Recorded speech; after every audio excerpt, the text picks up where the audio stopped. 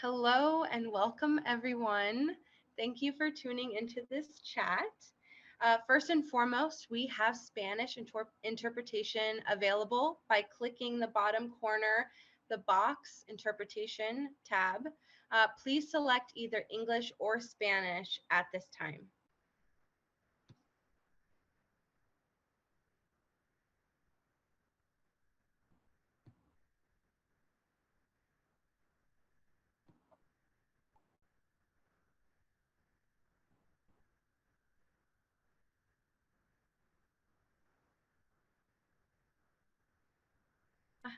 Gracias. Thank you, Diana. My name is Jackie Drummond, and I am the Community Director for Fireside at 5. My pronouns are she, they, and you could stick to one or use them interchangeably. We are excited for this fireside chat today with the University of Denver Grand Challenges. We have been working on this series for a while now, and this is going to be a great conversation to kick it off. So today's chat is called Making Moves, Migration in the Mile High City, and we'll be diving into the topic of immigration and inclusivity in Denver. Discussing action items as well. So things that we can take home after this chat, implement into our lives, and become better community members and allies for each other. We will have a Q&A at the end of our chat. So please, if you have any questions throughout, put them in the chat feature, which you can find at the bottom, the little chat box. You can use a Q&A or well, yes, you can put it in the Q&A. We'll answer them at the end in the order that they came in, so we'll try to get to as many as we can. Now, it is my honor. I'd love to introduce the facilitator for this discussion, Dr. Anne DePrince. She is the Associate Vice Provost of Public Good Strategy and Research at the University of Denver. So thank you, Anne, for being here, and I'll pass it off to you. Wonderful. Thank you, Jackie, and thank you for getting us going this evening. And thank you to everyone joining us through Zoom or Facebook. I am just so excited that you are here with us tonight for this first collaboration between Fireside and DU Grand Challenges. DU Grand Challenges is an initiative born of the belief that we can best address the most pressing problems of our time if we do the work together. This initiative brings to life DU's public good vision by emphasizing community university collaboration. And of course, any collaboration requires that we really explore topics together in ways that are authentic and intentional and allow us to uncover new ideas and to share diverse perspectives. So our aspiration tonight in this partnership for conversation is that when we're really intentional about coming together to think deeply and to connect meaningfully, we'll discover new ways to take action that can lead towards justice, towards thriving, towards sustainable solutions. And indeed, our esteemed panelists tonight will surely set us on that path to thinking and connecting in new ways. So I am delighted that they are here with us.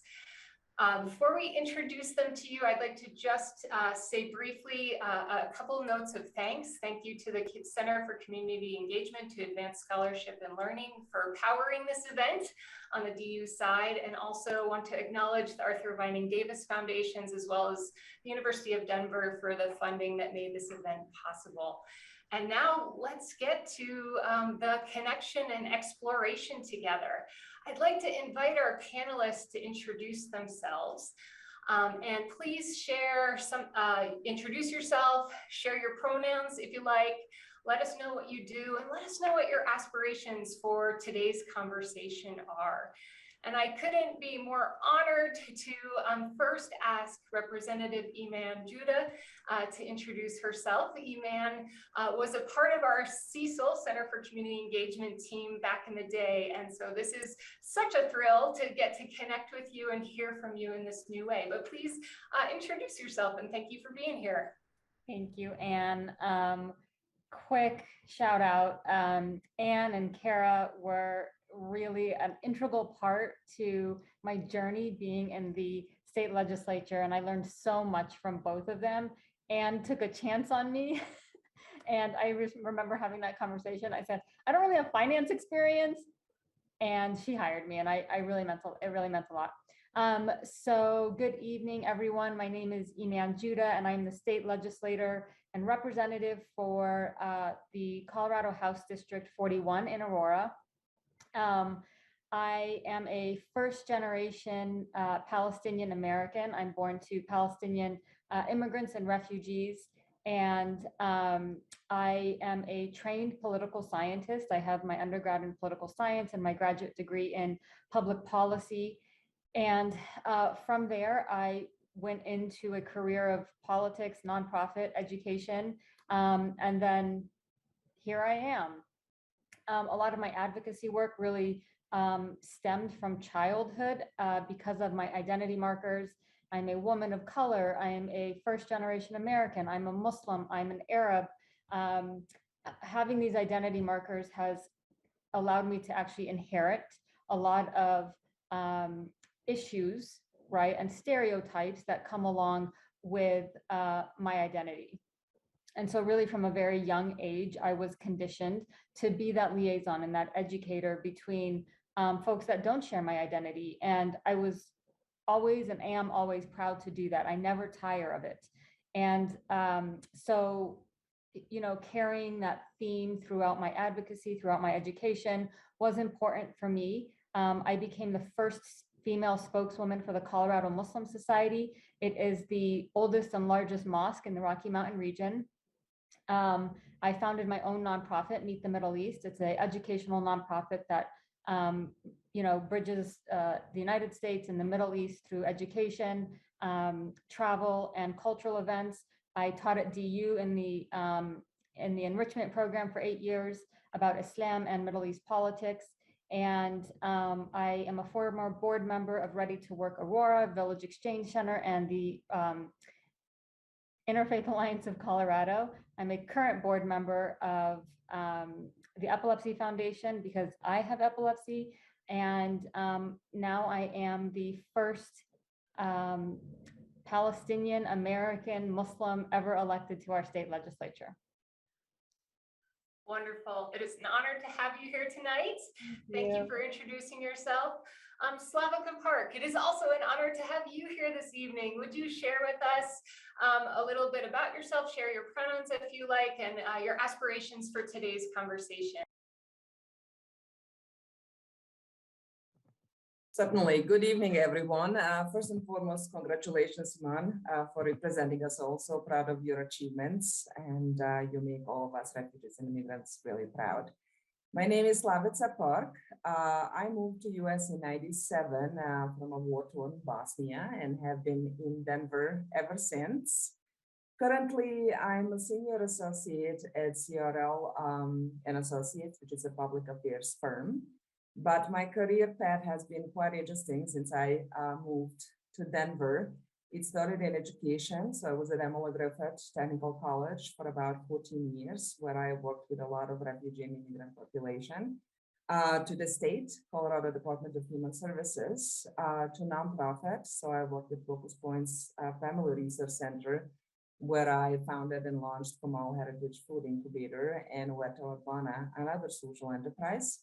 And shared with Iman another organization. I worked a little bit for Village Exchange Center in Aurora as well, where we launched Village Farms at Stanley, another social enterprise, and worked for Denver Housing Authority as well. So a little bit of everything, but mostly been in careers that are of service and helping others.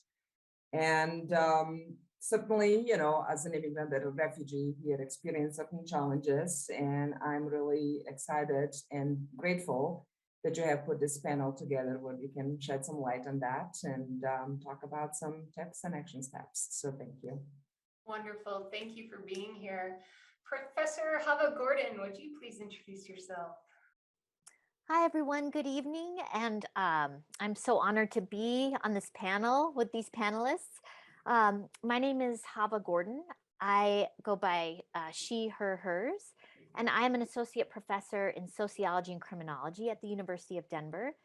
And I'm a social movement scholar, and I love studying social movements. And because I believe in them so much, I also study why, not only why they win, but also why and when they don't. And to me, the key in understanding why a movement wins or why it loses is the coalitions that a movement can create. So I study coalitions between movements, including those that put at the center of their movements immigrant rights issues. And my intent is to talk about why and how migrant rights should and do stand at the center of so many pivotal movements for social and economic justice. Wonderful. Thank you so much for being here. Tracy Harper, thank you for being here. Would you introduce yourself? Hi, thanks so much for having me, you guys, today. My name is Tracy Harper. I use the pronouns she and her. I am an immigration attorney. I have made almost my entire career so far working with, specializing specifically with working with refugees and asylees here in the Denver metro area. I used to run the legal program at the former Colorado African Organization, where we provided legal services and community navigation to immigrants speaking over 20 languages. I am currently running my own nonprofit legal program called I Now Legal Services. It's part of it's a sort of companion program to the New American Neighbors, which some of you might have seen out on Facebook and Vimeo. I continue to work almost exclusively with refugees and asylees. My caseload generally is green card applications, travel documents, and citizenship related services for refugees and asylees, although I help all categories of immigrants in some of those applications. I'm here today to just sort of add as much as I can of the sort of legal perspective. It's kind of a mess out there right now. We thought it would get better, and I personally don't think it has. But I hope that I can share some information that maybe is not as obvious from what you hear in the media and the government. So thanks for having me. Wonderful. We are so grateful you're here. We are also grateful to welcome Marissa Martinez Suarez. Would you please introduce yourself? Yes, so my name is Marissa Martinez Suarez. I have a really long name. It was actually supposed to be Marissa, but they messed up on the documentation. So it's Marissa. I'm currently a second year here at the University of Denver. I'm a first generation immigrant and student. My parents are from Aguascalientes, Mexico. And I am currently studying history and political science with minors in CRES and Spanish. I hold like a lot of like leadership positions here at DU, but I don't really want to say them because it's kind of a lot. So I'll just say that the essence of all of them is to bring people together, and I think it's just to like really delve into like community and community organizing, community leadership, and just like building a community as like the best way you can put those roles summed into one. And I guess in this discussion, I am just here to listen and learn, and as well like give my perspective, because in learning a lot about immigration is that it doesn't just like go into like one experience into one box. Like there are a lot of components and a lot of like complexities. So I'm just here to listen and also to provide my insight, I guess, in this discussion. Wonderful. Well, we are eager for your insight as well as your other wonderful panelists here. Thank you everyone for being here. I hope that folks are getting a flavor of how important it is when we start conversations to really be thinking about how to bring multiple perspectives and connection points to bear. And I look forward to the conversation now and unfolding to do that. I wonder across the panel, what perspectives would you want to share with us or make sure listeners at home understand about the history of immigration in Denver and Colorado? How our city, how our state is experienced as a new home, where there's room for improvement. What do you want us to know to start this conversation?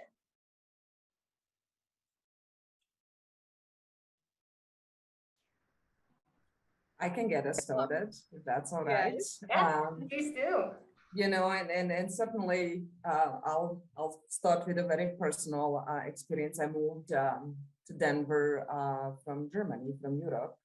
And so I always, when I talk about Denver as a community, or even just the experience of being an immigrant refugee in the US, is that it's just very different. It's not better, not worse. It's just really, truly different. It takes quite a bit of time to adjust to all those differences.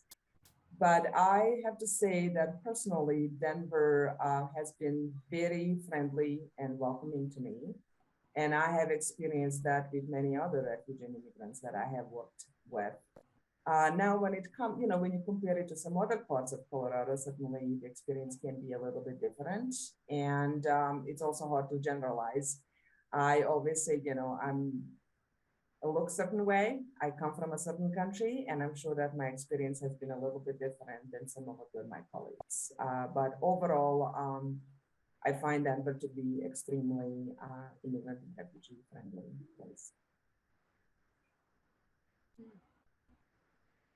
Yes. Thank you for getting us going there. Are there other perspectives on the history of immigration in Denver or Colorado that you'd want to share with folks as we tee up this important conversation? I don't want to take this over, but I do want to just mention, I've been here now for 26 years, and I have noticed that Denver has become more and more increasingly diverse. So I can certainly speak about the refugee program that it started in 1980 in Denver, and that since then, Denver, Colorado actually has resettled about 62,000. Not a whole lot if you look at the entire population, but even in the 25 years that I have been here, I've definitely noticed more diversity and different immigrant and refugees coming to a beautiful city, a beautiful state. Yeah. Thank you for that. Yeah, and I wonder, Iman, if you might give us a view from the policy angle, especially about what current policies you see in place to support immigrants coming to Colorado, what we can expect out of the 2022 session, since the policy backbone can be such an important piece of our experience and engagement across communities. Yeah, definitely. So, one thing that I love about our Democratic caucus is that we have now made history with having a majority women caucus, and I think in the country, really. And I think that diversity brings a lot of different lived experiences and different lenses when we legislate. My first year, last year, I passed the Colorado's first ever Office of New Americans. And the Office of New Americans was really intended, and is very successfully doing it, to be a clearinghouse, a hub for everything that our newest neighbors need to call Colorado home.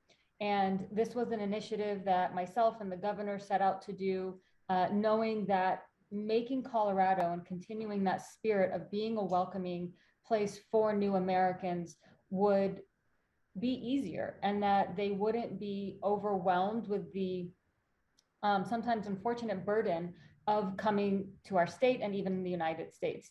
I think we can all relate when we see little kids translating for their parents, and my parents were here for 50 years. And even then, my siblings and I were the ones who navigated retirement, who navigated Social Security, and all of those things. And we still kind of manage the estate because of a lot of these bureaucratic things that aren't necessarily clear to immigrants and refugees.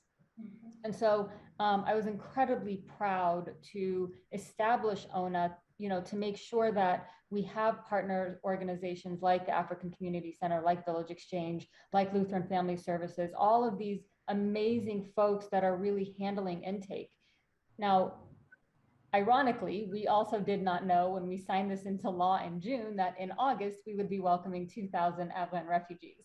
And they amazingly stepped up and really managed to get everything in place, knowing that they were just a few months old. And on that note, you know, the fact that Colorado was chosen to welcome that many Afghan refugees, I think again is, you know, proof that we do want to be a welcoming state. And, you know, in my lived experience, in my community, that continues to ring true. HD 41 that I represent is probably one of the most diverse districts in Colorado. And I take that to the legislature.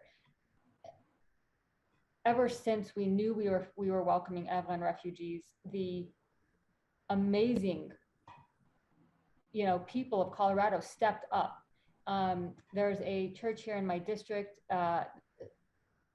In one weekend, we collected like a massive trailer worth of donations, winter clothes, especially for Afghan refugees. There was 13,000 Afghan refugees sitting at an army base in Wisconsin, and obviously they were not prepared for a northern winter. They left with what they had, and so Colorado really showed up, and we continue to do that. And this isn't just exclusive to our Afghan refugees. This is something that we have continued to practice, and really we have set the precedence for doing this. The other thing I will end with, if you'll allow me, is last session we also passed the Immigrant Defense Fund. And so this fund will allow Colorado to put money into a defense fund, and not military, like a legal defense, sorry, that's what it's called, a legal defense fund, to help folks navigate, again, a lot of the immigration issues that they need on the legal side. Wonderful. Thank you. It's so inspiring to hear about the ways that Coloradans and Denverites are showing up. And you've helped to bridge those to some of the challenges, such as legal challenges. And I wonder, Tracy, if you might speak a little bit to legal issues. You're, of course, leading a collaboration of nonprofit immigration legal services providers and programs in responding to immigration legal issues facing recently evacuated people who are resettling in Colorado from Afghanistan. What kind of barriers or roadblocks are your clients facing? What solutions have you discovered? Where do you need partnership to identify new solutions to overcome the barriers that your clients are facing? Yeah, so I actually want to start by going back a little bit and talking about sort of where we've come so far in the last 10 years, at least as far as I know, with immigration legal services in the Denver area. I went to law school on the East Coast, and I worked out of I learned immigration law by working out of the Boston Immigration Court, which is enormous. And every immigration court, when someone shows up and they don't have an attorney, the judge is required to give out a pre-prepared list of all of the nonprofit organizations that could potentially help this person. In Boston and some other large cities like New York and San Francisco, these lists are 10, 20, 30 pages long. And then I came back to Colorado to practice in 2013, and we had, I think, 4 organizations on that list. And so I started out here actually volunteering at the Rocky Mountain Immigrant Advocacy Network, and one of their major programs is the legal orientation for immigrants in detention. And they provide direct legal services, and they pair people in detention with pro bono attorneys to help apply for asylum and cancellation of removal, all the different ways that people can fight. And in this time, like, I've really enjoyed being part of, and also watching, like, as our nonprofit legal services base has just become incredible. It's gotten bigger. There are more organizations, more services are being provided at low cost or completely free. The Immigrant Legal Defense Fund that Representative Joda was just talking about, that has made Remain able to do so much more than they were already doing. And they are the only people out there doing removal defense, which is, you know, representing immigrants who are actually in deportation proceedings. And so, like, Denver has really just sort of exploded, and it's fun and exciting to be part of this sort of like growing network. And that kind of also comes into your question, Anne, because when the Afghan government fell, the Taliban took over, and we knew that things were going to get pretty crazy. I sort of started talking to people because I work with refugees and asylees. Afghan population is a population I've been working with for time. Former clients, current clients were reaching out to me. How do I get my family out? And I am also an AILA member in Colorado and nationally, the American Immigration Lawyers Association. And this year I had happened to volunteer to chair one of their committees, which is made up of several wonderful people, many of whom are also attorneys at legal nonprofits. And what we do is we try to make sure that people have access to immigration legal services at a reasonable price. So we're trying to connect private immigration lawyers with people who need services for free or low cost. And so I started there, and I just started talking to all of the organizations that I know. So I have been trying to pull in Lutheran Family Services, African Community Center, even though they don't have a legal program, have a legal need. I've been working with International Rescue Committee, both Catholic charities in Denver as well as Colorado Springs. And we have been collaborating, and it has been slow but steady movement to build, I don't even know what I would call it. There's no name at this point, but we are collaborating to make sure that the 2,000 Afghans who were resettled here are able to stabilize their legal service, their legal status here in the United States. And I think that's something that a lot of people don't know, and I'm excited to share is, well, not excited to share, but excited to explain, is that all of these people come here, who have come here, who have been evacuated and then resettled here in Colorado, are not necessarily on the path to a green card. And so what they've got right now, the humanitarian parole status, is very temporary. It's 2 years.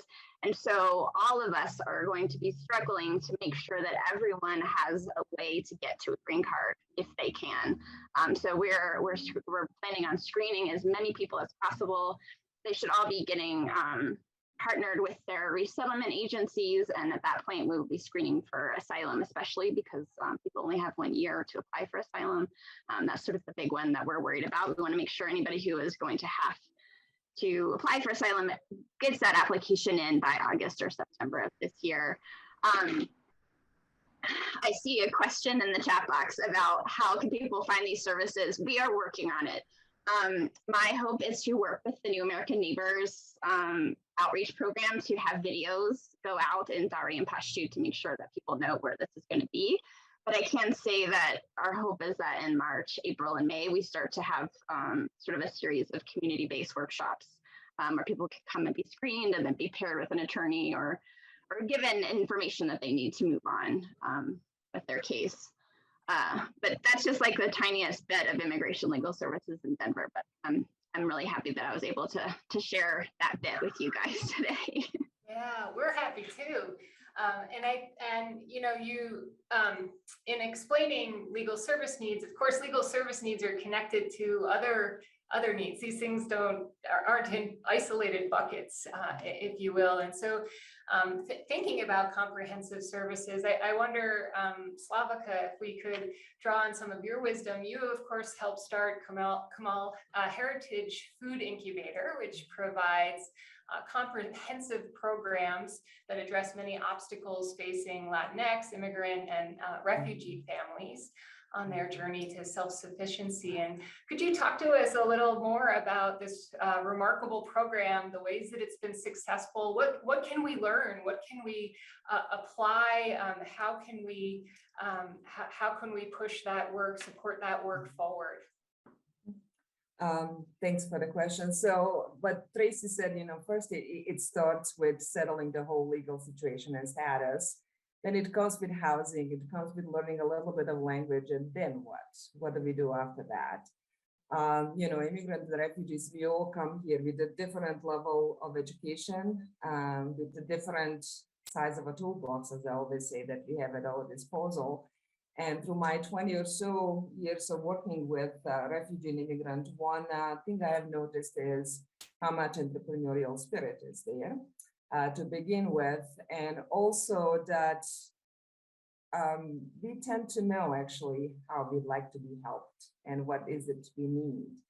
So I think one of the biggest factors or reasons behind Kamal's success is that it was created as a response to a direct need as expressed by the community.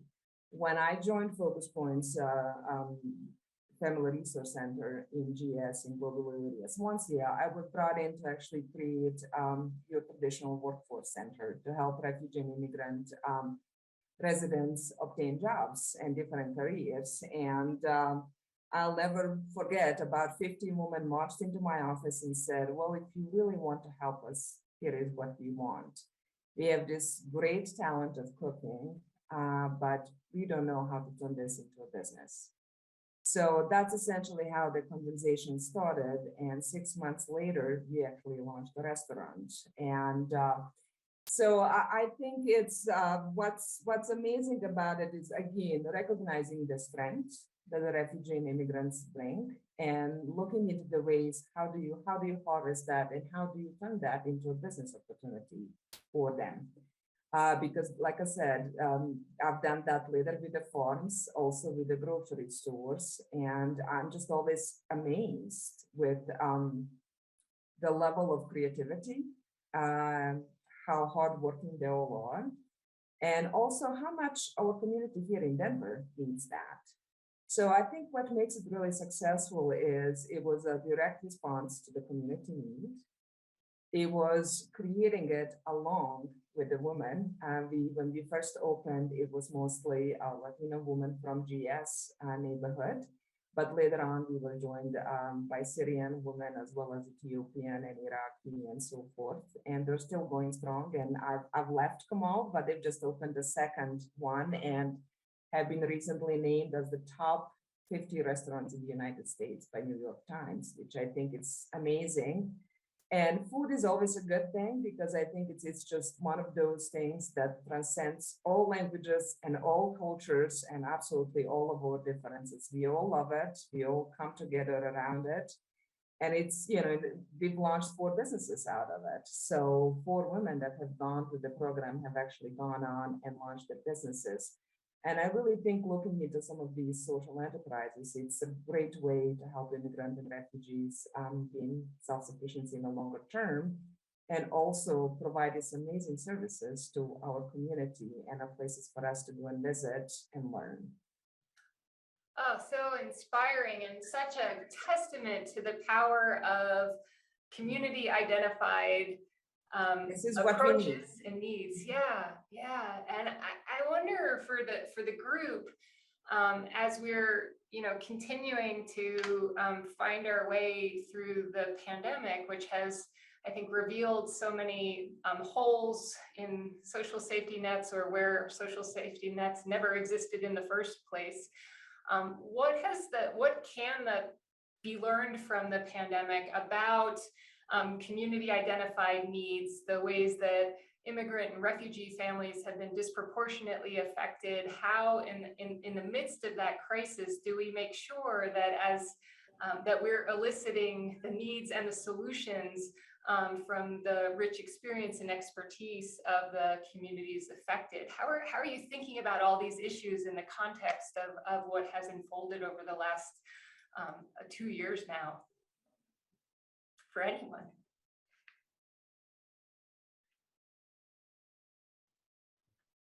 Well, I think it's also important to remember that it hasn't been 2 years, right? It's been decades. And, Tracy brought up a really good point. I'm incredibly honored now to have run 2 bills with Remain. And we're tackling issues that I think we knew were there, but we never wanted to address. Last session, I passed a bill with Senator Gonzalez Gutierrez that granted, and Tracy, this is exactly what you're talking about, U visas.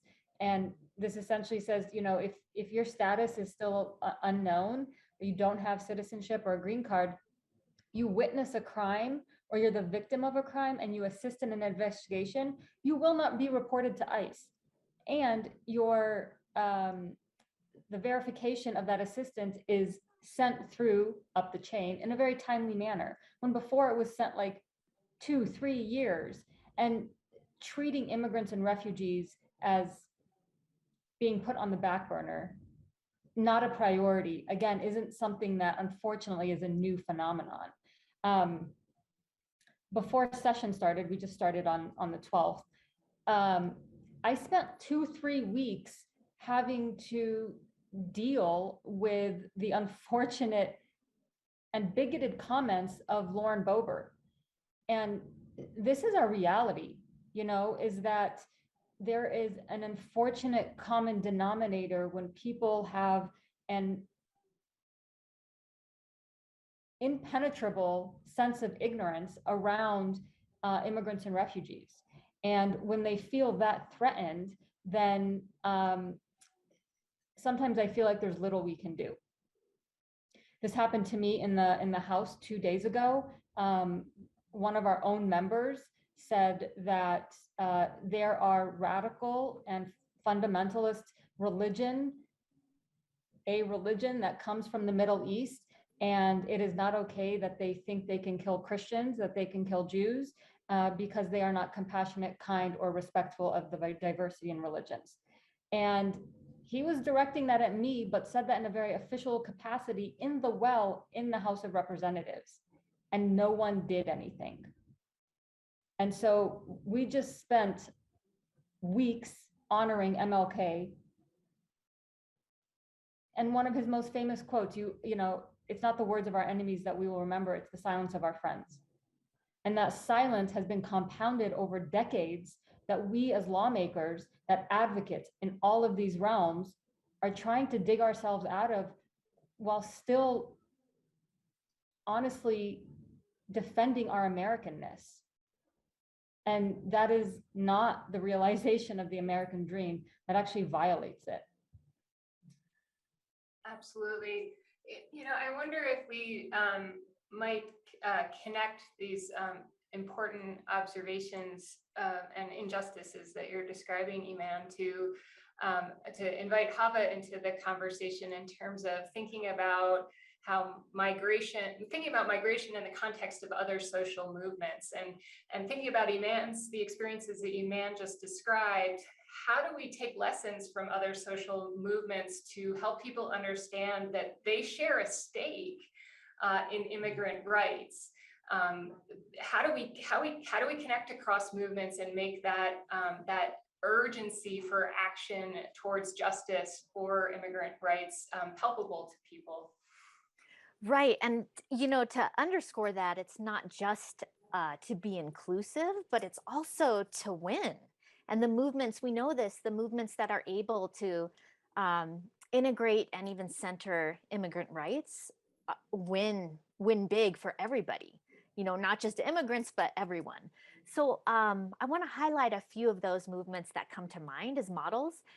Some of them are national, but a couple of them are local. So I'm going to talk about both. But one that comes to mind is the Fight for 15 movement, you know, the fight to raise minimum wage in cities across the nation. And that movement has been going strong for a few years now and has won big, you know, in raising minimum wages across the United States. And I think about in 2017, a Fight for 15 action, which organized with California's SEIU workers and the Food Chain Workers Alliance, which organizes farm workers, to put on May Day, a day without immigrant action.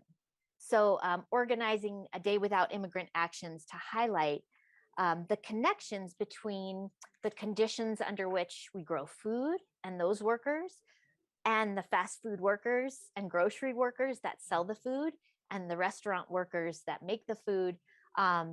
There's connections between all of those and the American public. And so those were really powerful ways, those were powerful actions to center immigrant rights as labor rights. You know, those were one and the same. Another one I think of is the red wave for education. And in the past few years, we've seen teacher strikes across the nation.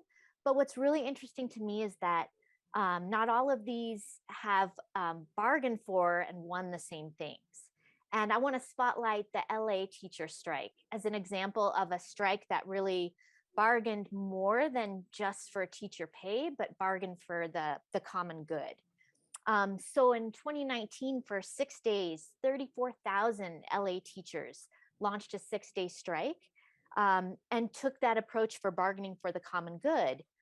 And they had been building connections with immigrant rights groups in the city and other community organizations to use the strike as a nonviolent tool for change. So they won things beyond just increases in teacher pay, which is important, but not enough. So they won, for example, expanding green spaces in schools, limiting random searches of students that have a racially disparate impact in schools, supporting immigrant students and families with more healthcare and more mental health supports in schools. So all of those things that were geared also towards immigrant rights were also really geared towards protecting public education as a cornerstone of democracy. So I think about that as really fundamental as a model. Absolutely. Yeah. Oh, And then so two other examples I wanted to highlight just locally in Denver. One is Movimiento Poder, which has been Padres y Jóvenes Unidos, an organization that has long been connecting issues of private prisons, immigrant detention, access to education, and educational justice. So there is an organization right there and a movement that's trying to bridge movements against private prisons, immigrant rights movements, and educational justice movements in Denver. And then the last one I want to talk about is the Ges Coalition with Slavika. You talked about a little bit in the neighborhood, but that coalition has been organizing for a land trust to keep homes affordable for immigrant communities and has won that. Also trying to halt gentrification by opposing big development projects that don't really appear to sustain immigrant populations, things like the National Western Center Arena and the opposition to that. And also the coalition has been tackling environmental racism. So, opposing highway expansion, organizing for healthy air and water and community health. So in that way, our local education, environmental justice actions and mobilizing is also immigrant rights. Fantastic. Thank you, Hava. It makes me think about leadership and how we develop the skills to lead and organize and collaborate. And so, Marissa, I'd love to turn to you and to engage your wisdom around what you're learning through your experience as a student leader about leadership, about what it takes to support emerging young leaders such as yourself in these spaces. What should we be doing? What aren't we doing? How do we support you? Yeah, so just like going back to the topic of education, I feel like what helped me find my voice a lot was like realizing the power it is to put an experience in words. And not a lot of us have that power, and not a lot of us know how to exactly like do that. And even myself, I'm still learning how to do that. And I think in a lot of ways, education, even though it has like this illusion sometimes of inclusivity and such, it is still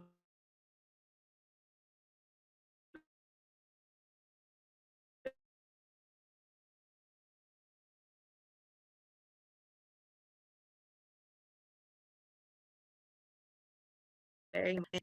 2016, there were protests going on about just I think it was like a day without migrants, and a lot of students were planning on not attending class that day because they felt connected to the issue, either because of their parents or even like themselves being like migrants. And I remember in that like time, because I was like a high schooler, I think I was like a freshman in high school, and I was like contemplating. I was like, what should I do? Because one, like I am an immigrant, but I feel like I've been living here for so long, so I may not experience like the same issues that other immigrants might face. And I think at one point, a lot of like students were also contemplating like, hey, I might be second generation, but I still feel very much connected to this issue and I'm not sure what to do. So a lot of them would turn and ask like the teachers like, hey, did you hear about this going on? And I feel like that naturally happens. Like students like to let their educators know like, hey, like what's going on.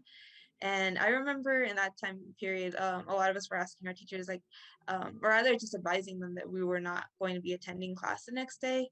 And a lot of them kind of were discouraging a lot of students. And to give some context, I went to a high school that was very much predominantly like Latinx.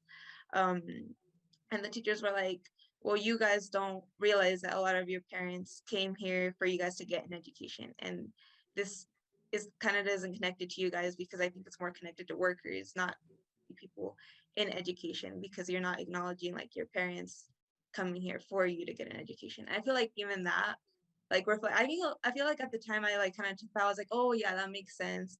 And I didn't realize, I think doing a lot of like self-reflection, I was letting other people define like what my experience in immigration has been. And even that to itself, it's like you're not acknowledging that, yes, my parents might have come here like for me to get an education, but that's not all they came here for. They came here for me to have a better life. And for that, like if there is someone like who is supposed to be representing like, I don't know, I guess like the country or so, but and he's like saying all these like racist remarks and like deliberately like attacking me, then I think it's to the power of the students to like feel that they want to show that like we're here, and if we're not here in these seats, like that matters. So I think like even examples like that, like I think a lot of teachers don't really I feel like the education system can be very centered around like white experiences, and that isn't as acknowledged as much. And I feel like when students do have these ideas, sometimes they get turned down, and sometimes like in ways they get like gaslighted.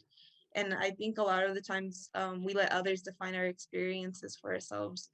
And it happens so often that you don't really realize like when it happens.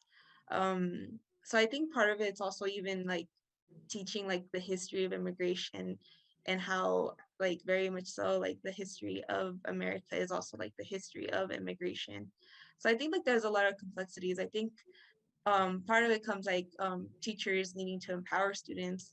And I think in ways like teachers are, but sometimes I don't feel like they realize like even small like comments like that can really like take a toll, because it's like you're not recognizing like our identities, and you're excluding us into like how much our voice does matter in this system. So I think part of it is like creating a more inclusive education to empower students to know how to put the words to their experiences, because like I said, that isn't like always a platform, because we might be experiencing something but we might not be able to put the words to them, and they're not like other people can't understand them. So I guess I was trying to explain that. I don't know if any of that makes sense, but yeah. Oh my gosh, did it make sense ever? It sure did. There's so much in what you just shared with us. It's so powerful.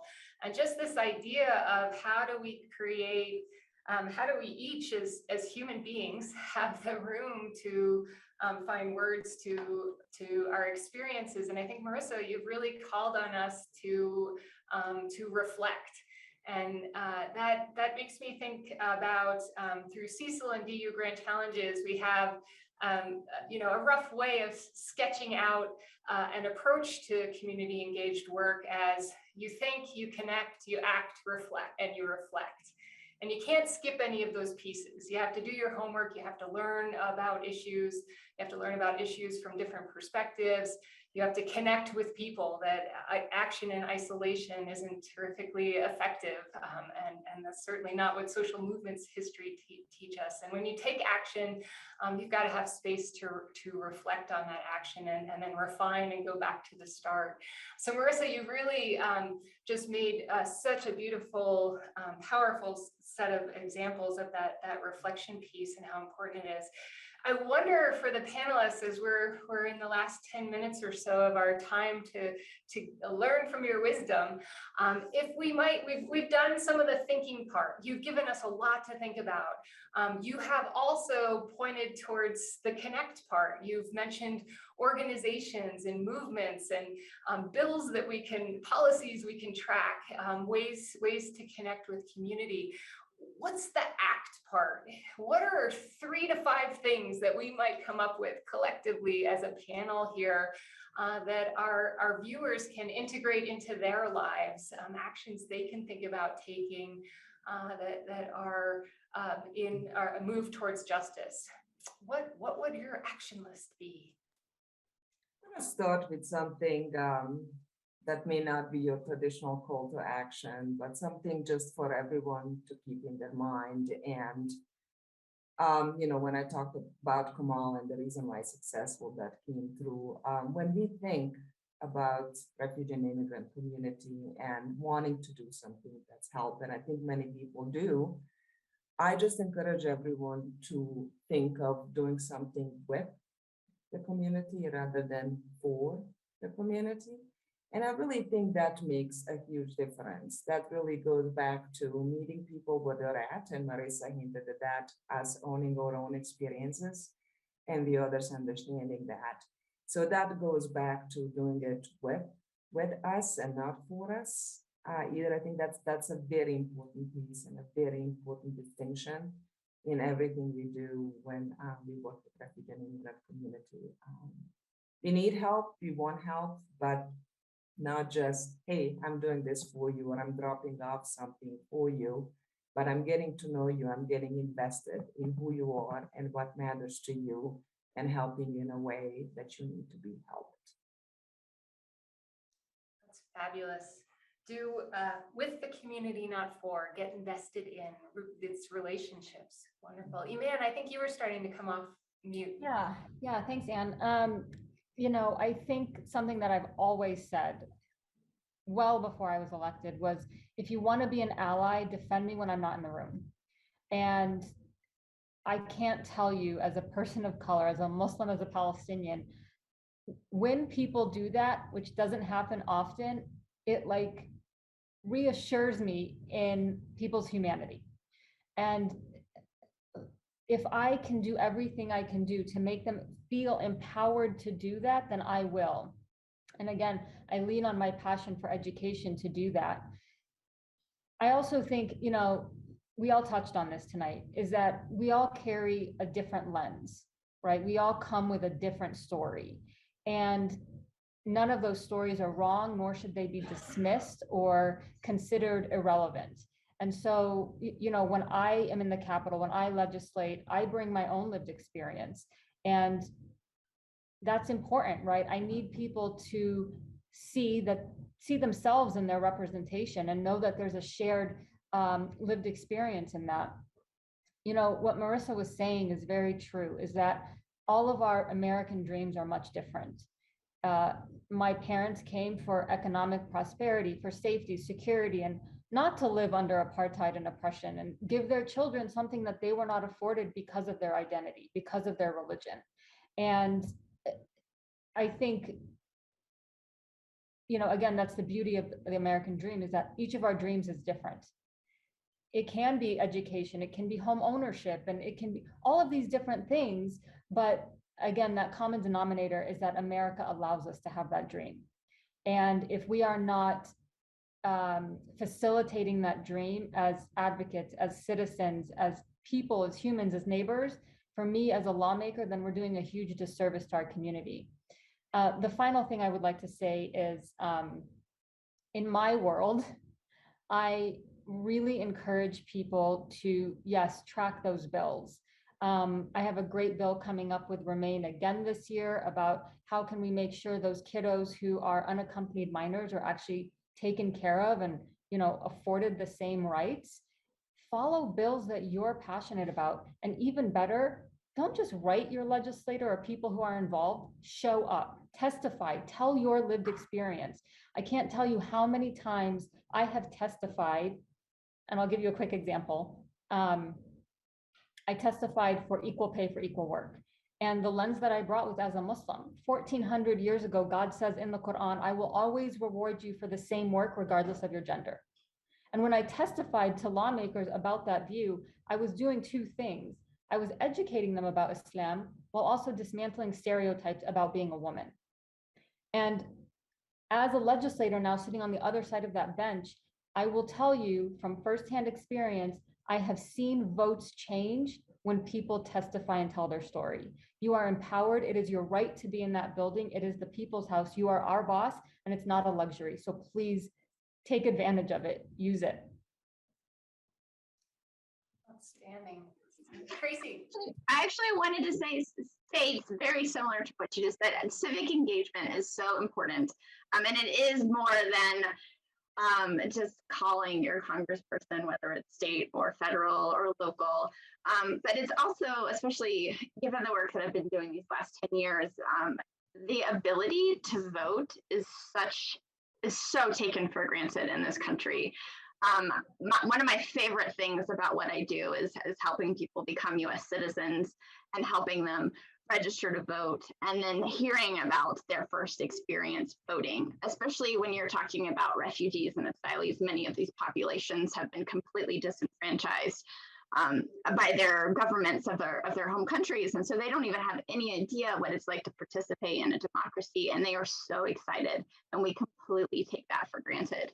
So I would say just get out there and do things that are important to you, and tell your whoever you care about in the government what you want to see, and don't stop talking ever. Fantastic. Hava and Marissa, I want to create space for you to share action ideas, but no pressure either.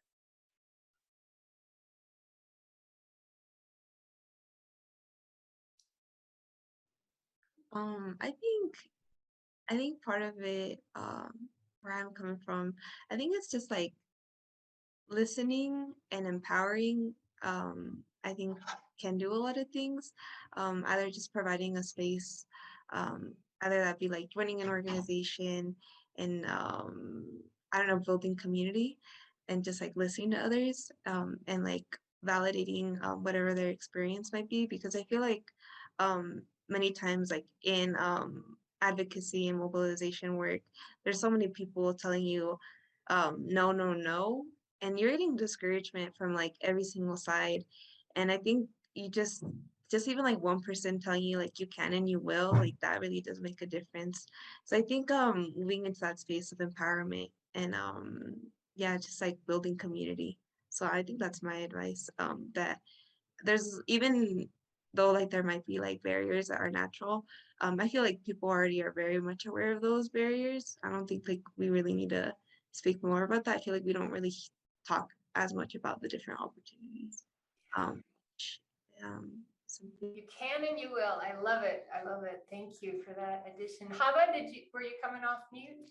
Just a quick comment, just a reminder for people who do not have the immigrant experience, that whatever cause they care about, whatever cause is near and dear to your heart, remember that that's an immigrant rights issue too.